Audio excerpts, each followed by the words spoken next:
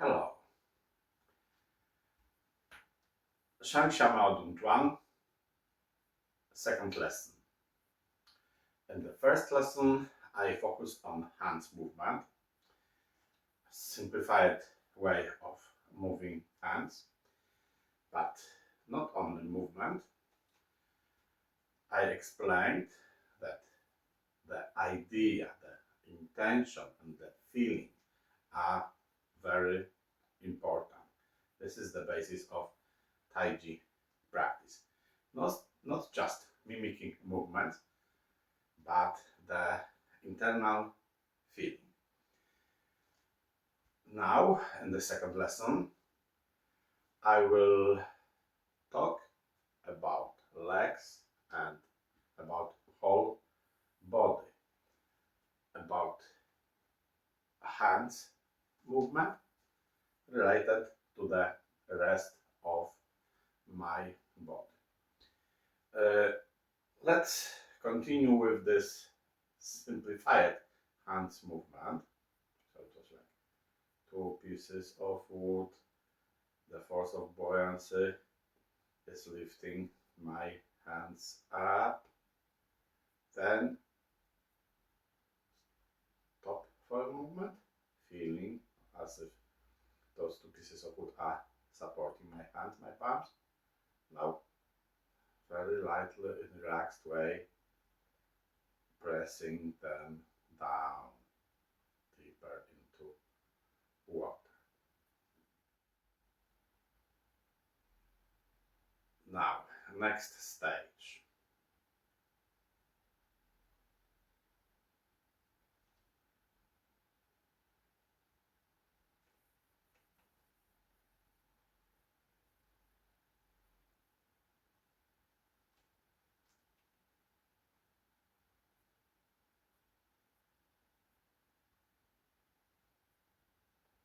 You can notice that when my hands are moving up, my body is moving down. And when hands pressing down, my body is moving up. So here we have the movements in opposite directions, like the name of the exercise says, Shang, maodun. Upward and downward, opposite contradictions. This upward movement and downward movement at the same time. Body and hands moving here in opposite directions. Before I will talk more about how actually hands and the rest of body are connected, first a little bit about this standing up, sitting down. The most important thing is that this is not just standing up, sitting down, standing up, sitting down. In typical way, the mechanics are quite different. It is said that here you are not actively bending or straightening your knees. Bending knees, straightening knees, of course, this way it would be obvious movement of standing up and sitting down. Also very important is that you don't do so-called kneeling down. What does it mean? When I'm doing this, bending knee, it's like movement to fall down on my knees to kneeling position. This is seen a mistake. You shouldn't do this. So what you actually do? this area is most important in Tai Chi. So this is called Yao Kwa. Yao translated as waist, Kwa as hips. Very often those two terms are put together and we say Yao Kwa.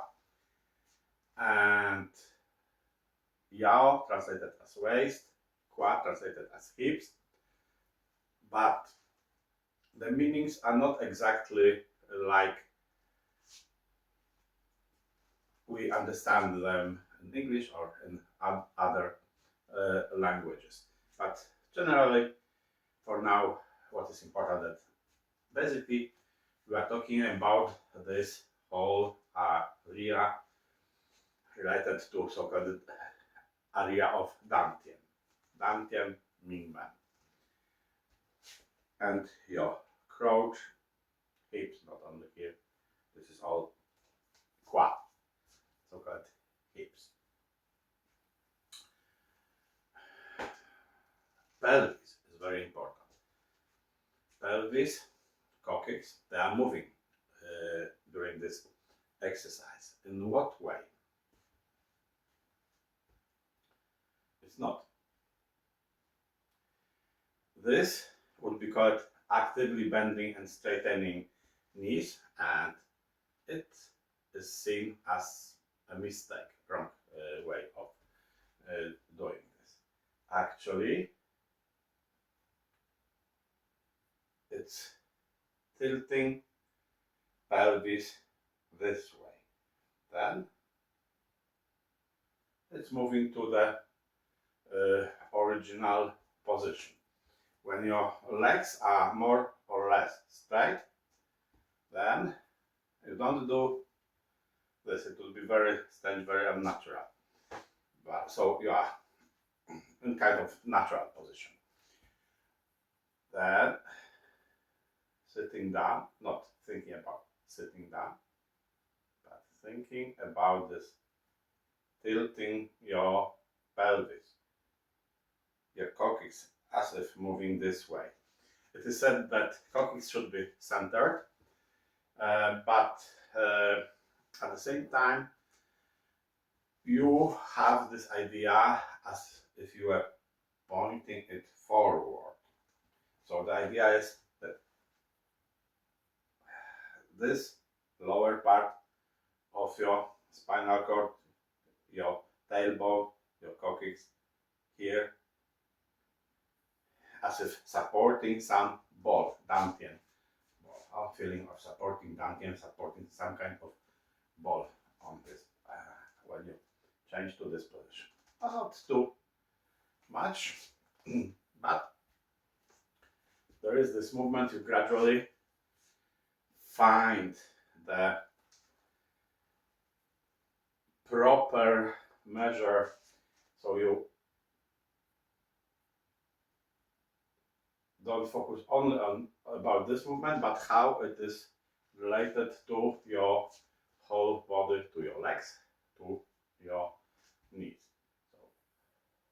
So sitting down, tilting pelvis this way, and then it's moving to the original position. We say that it should not be actively bending and straightening knees. Instead, it is described as lifting knees, raising knees. But how? You don't really see something like a lifting knees action. But actually, when your body is sinking a little bit, there's something like your knees actually coming closer to this area. So if I would not be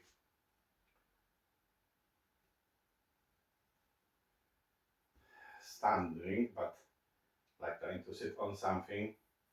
You see, I'm now standing on one leg, and this tilting pelvis is changing position of this leg, of this thigh. See,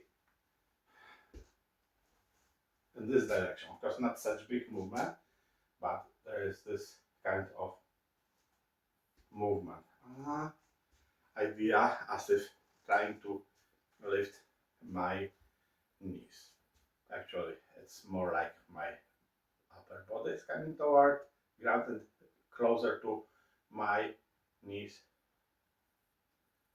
But the feeling is as if I was bringing knees closer to my center. So this is called lifting the knees. Tilting pelvis, idea of lifting knees, but actually all this area is moving down. There is some sitting down, and sometimes it's described as if there was a big stool and you are sitting on the edge of the stool, not like this, but naturally when sitting down, you're tilting pelvis, changing position. If sitting lower, it would be even more obvious. So tilting pelvis to sit on edge of some stool, but with idea of your knees being pulled up.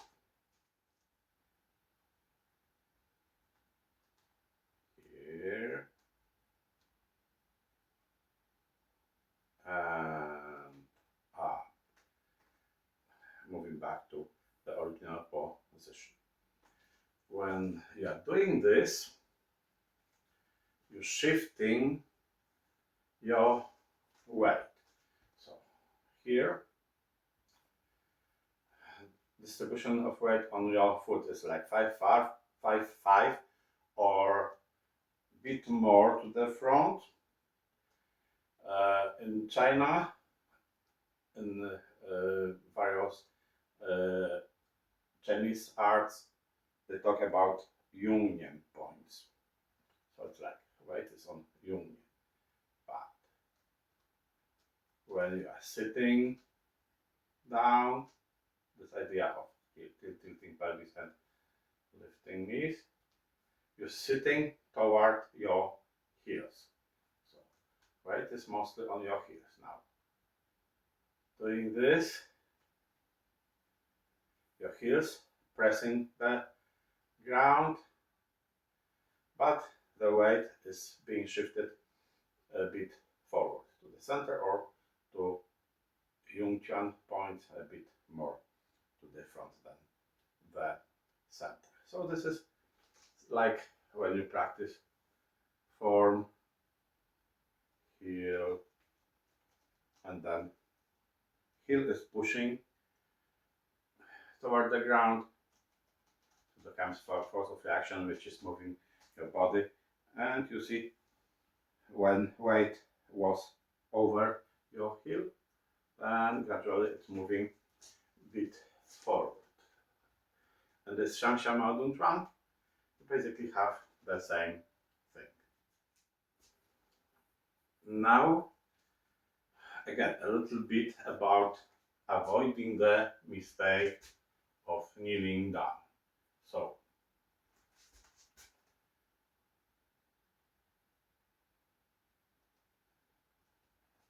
see, when I'm doing this,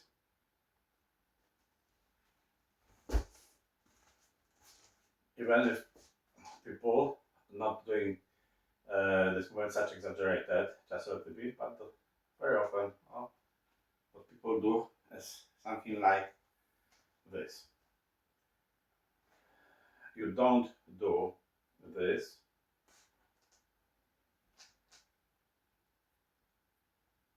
You don't move this pelvis area forward, because this way your knees would also move too much forward, creating the situation of this kneeling down mistake. Instead,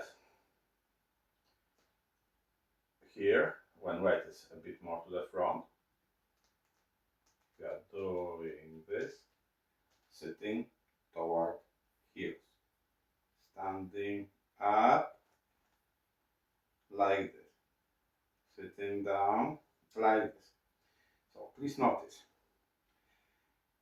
usually people would do it like mistake of kneeling down. See, what I'm doing is sitting here with this idea of pulling knees up. They are not moving forward and backward like this. They basically stay in the same place throughout the whole movement. This is the right way of practicing this movement. So weight a bit to the front, to the heels, tilting pelvis, lifting knees. Coming back to the original position, heels pushing toward the ground. So like in the traditional Tai Chi theories, you can read that power comes from the leg, from the heel, through legs, through waist, through back, toward arms and palms and fingers. Now hands and body together with this movement, body down, hands moving up. It's like the more passive part. It's like I let the gravitation pull my body down. I can have this feeling like some flow down, like taking shower. The water is flowing down on surface of your body. At the same time, you have this kind of similar feeling, not only on surface of your body, but like inside your body. So called chi flowing down, chi sinking down. It's said chi sinking to dantian. At the same time, idea of chi sinking to the ground.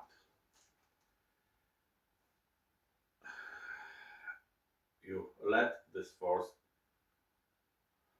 work on your body, but at the same time, opposite force is here lifting your palms. So this is so-called closing. You can notice bending, bending, bending. So shrinking, so-called closing. Then from here, this creates some force toward the ground, at the same time, your body moving up, and your hands pressing down. This is more active part. This is straightening, expanding, so-called opening. This, of course, is not just your arms, not just your legs, but this is your whole body. This is all related to so-called dantian, which is the center of your body, center of your right here. So when we talk about so-called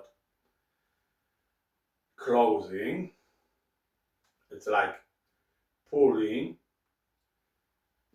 the extremes, palms, fingers, feet, toes, toward your center. Opening, it would be like from the center, energy is reaching the extremes, expanding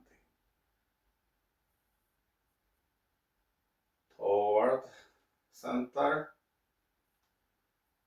and from the center to the extremes, to your palms and to your feet.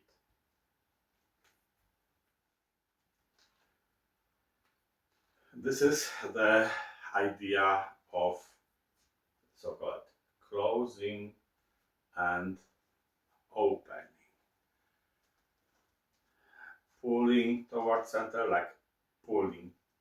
This kind of pulling chi toward dantian, and then from dantian, chi is expanding throughout your whole body. So, the second lesson, still, the way of practice is simplify it, but now body down, hands up, passive closing. Still staying relaxed, but idea of like flow from the center toward feet and toward your palms. Expanding, opening, idea of some more active action, but in both cases you try to stay relaxed. It's not the same relax. Closing, it's like you feel more relaxed. Expanding, you feel relaxed, but at the same time you feel some power. You're using some power, some internal strength. So basically you are staying relaxed all the time, but there is some subtle difference. So sometimes one part, this passive, is called relax, and this active part is called tension. But you should not think that, you're trying to tense. No, you're trying to stay relaxed. But this is called tension, but because there is some subtle difference. Like in many Chinese arts, there are some terms used which are not absolute, they are relative. So relax and tension doesn't mean just relax and tension, but relax comparing to something, more relaxed comparing to something, or a bit more tense comparing to something. So it could be called relaxed tension, but should not be seen as I'm relaxed completely. Tense, not I'm tense. Tai Chi Chuan.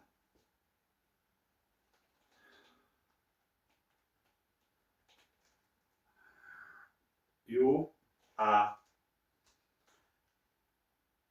relaxed. Basically, you are relaxed when you practice. But this doesn't mean that it's all the time the same kind of relax. There is more yin, there is more yang. You practice and gradually you start feeling this.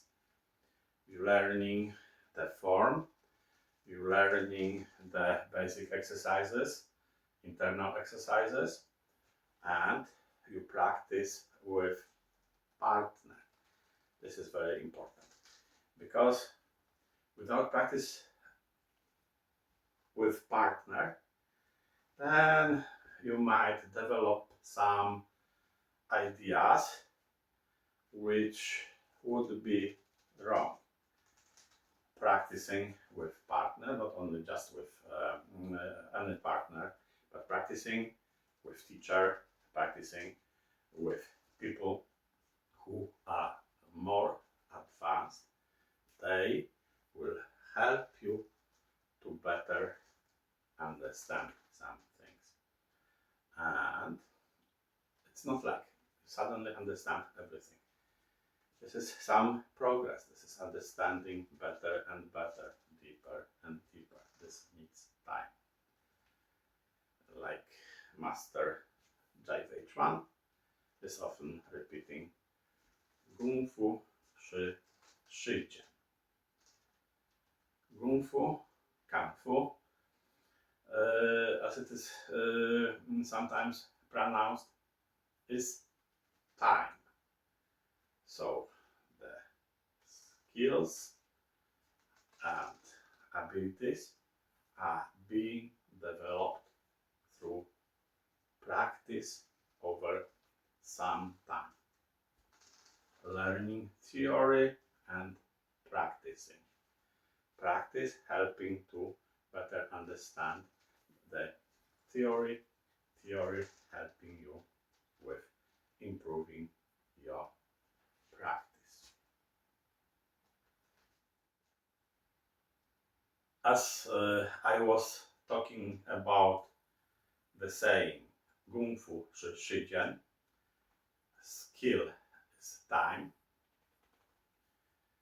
Here is a small book about Ubu Bafa form, 5 steps, 8 methods by Master Jai Chuan,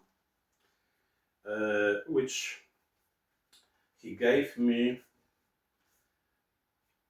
soon after it was published in 2019. So I have this dedication from Master Jai saying Kung Fu Shi Shi Jian. Skill is time.